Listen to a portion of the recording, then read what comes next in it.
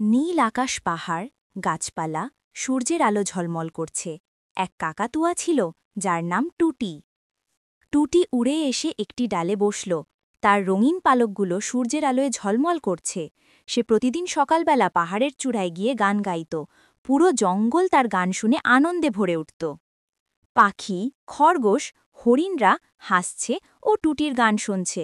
একদিন ঝড় এলো, টুটির বাসা ভেঙে গেল। টুটি ভয় পেয়ে উড়ে গেল। রাত নামল, বৃষ্টি থেমে গেছে। জঙ্গল অন্ধকার, পাখিদের চোখে দুঃখ। টুটি ভিজে গাছের নিচে বসে আছে। পরদিন সূর্য উঠছে।